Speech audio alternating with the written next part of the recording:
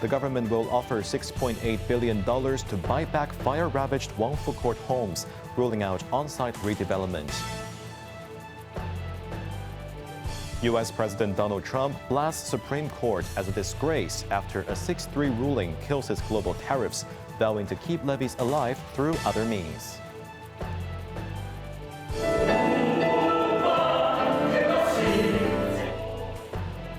And we'll take a look at how this secondary school alumni choir touches the world through singing.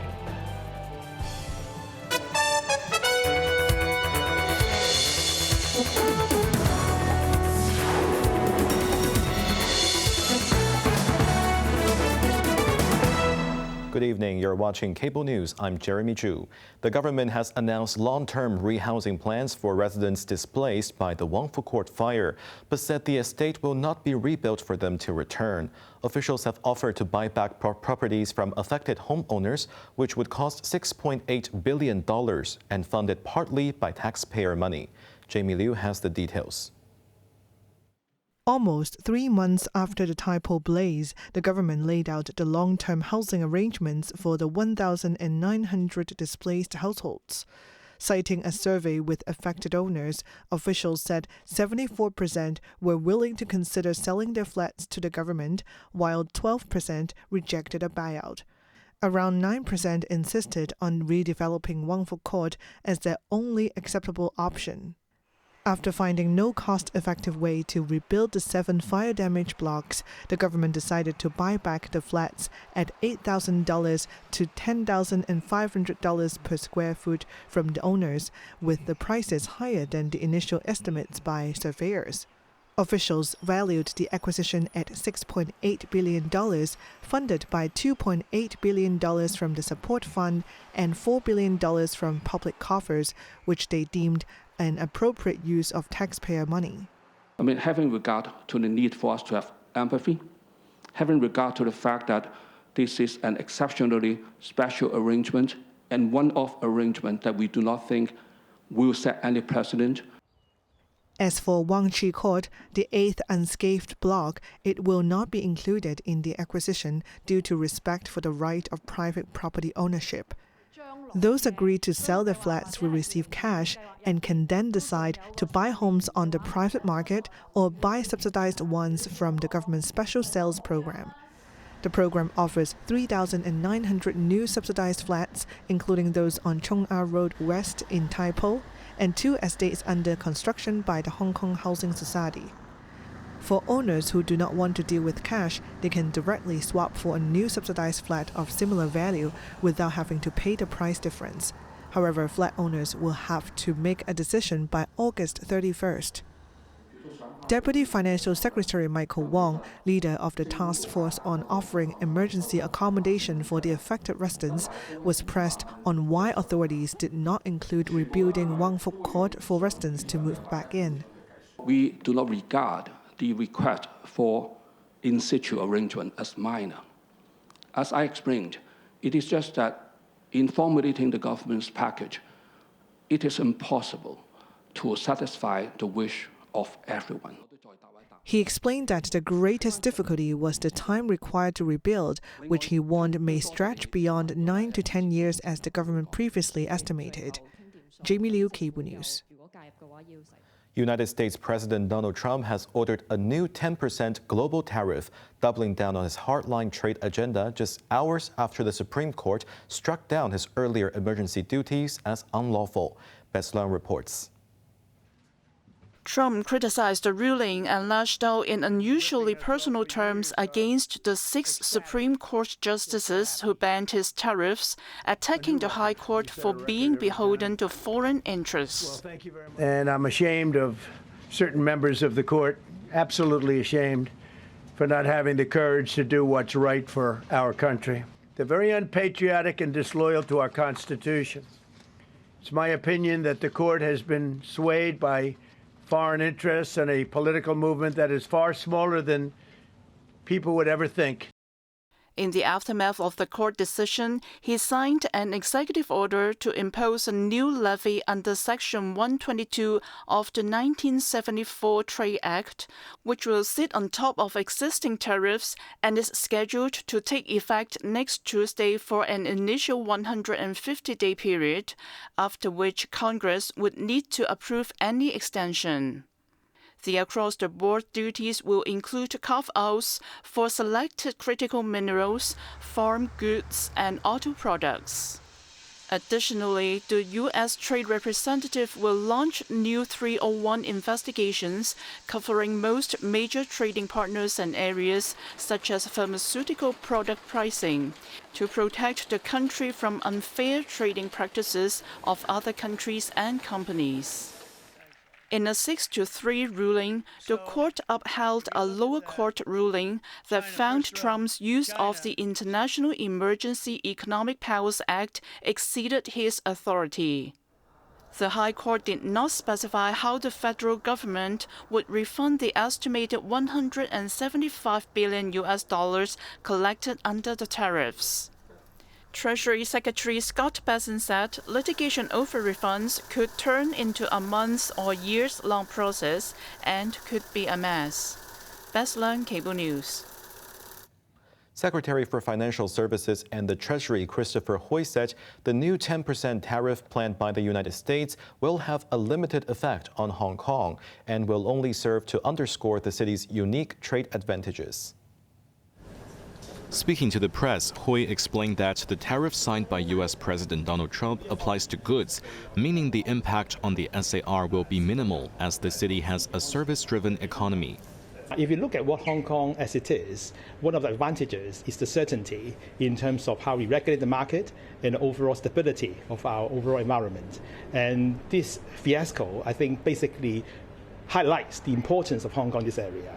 And we'll continue to see Hong Kong as a very strong and also very safe haven for global investors and also global corporates to invest and also to station here.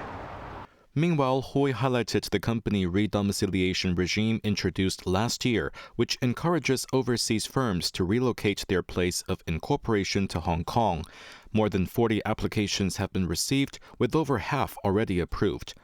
According to Hoy, this shows businesses value the city's regulatory standards and professional services. The United Kingdom government is reportedly considering legislation to strip Andrew, the king's younger brother, of his right to succeed to the throne. Police are continuing their search at Andrew's former residence, the Royal Lodge in Windsor, with operations expected to run until Monday. He lived there for more than 2 decades before losing his royal title last October.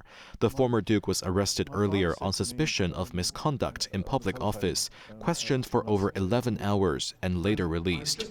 Allegations center on claims he shared sensitive government information with Jeffrey Epstein, the infamous American sex offender and financier who died in 2019.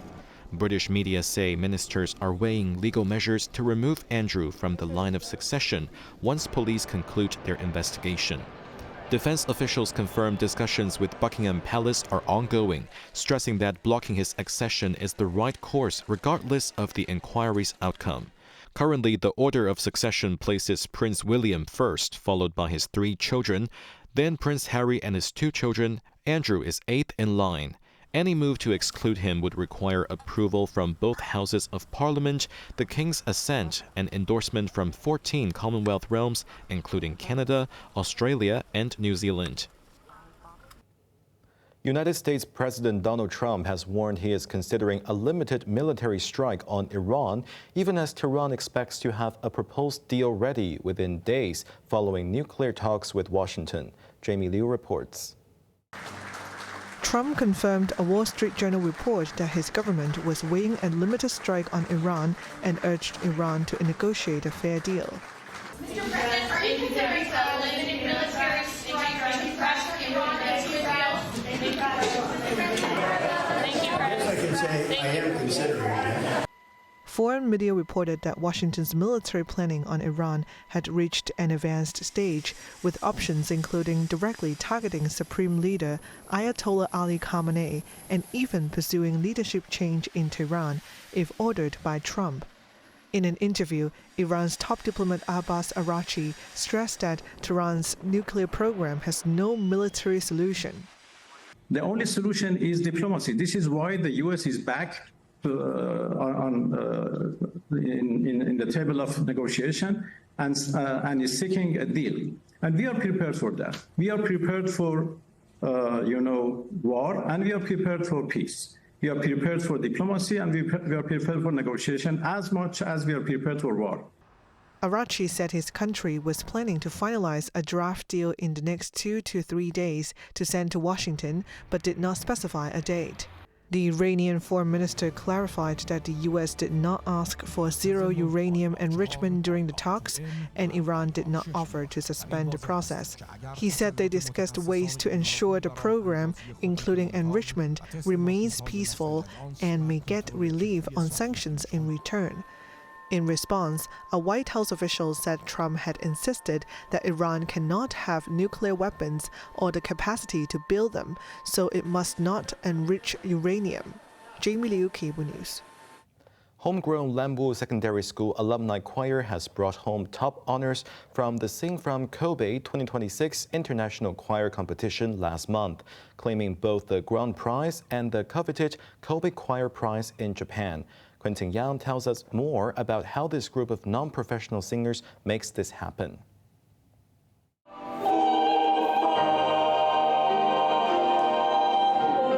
Composed of 40 former students spanning nearly 30 graduating classes, the Shen Konghui Lanmu Memorial Secondary School Alumni Choir triumphed in the adult choirs category with a gold diploma and the highest overall score, the best result ever achieved by a Hong Kong choir at the event.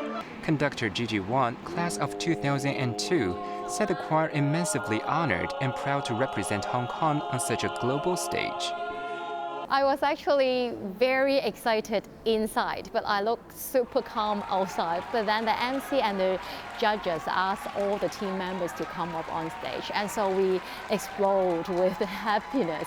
And we scream, we shout, we share our happiness and do heart-shaped sign with the audience.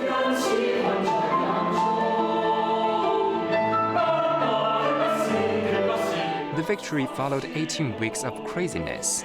Not only the alumni traveled from busy careers and families to rehearse 5 hours every Saturday, blending voices across a 30-year age gap.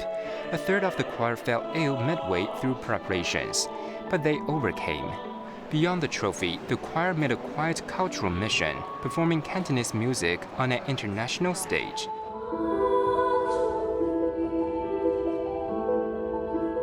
They sang Hong Kong composer Chen Kai-yuan's From the Chrysalis in the competition, which was inspired by diary entries from prisoners at Stanley Prison. The performance moved non-Cantonese speaking audience to tears. Choir work usually is foreign languages. Not many Cantonese choices that we can choose from. But in the past 20 years, it starts to change. Lots of very good and amazing pieces has arisen. So we try to bring these beautiful pieces onto an international stage to promote Cantonese songs. Their victory not only celebrated musical excellence, but also proved that homegrown passion can truly reach global harmony. Quentin Yang, Cable News. Onto the weather now. Mainly cloudy with relatively low visibility in some areas tomorrow morning. Warm with sunny periods during the day. Temperatures will range between 20 and 25 degrees. That's our news tonight. I'm Jeremy Chu. Thanks for watching and good night.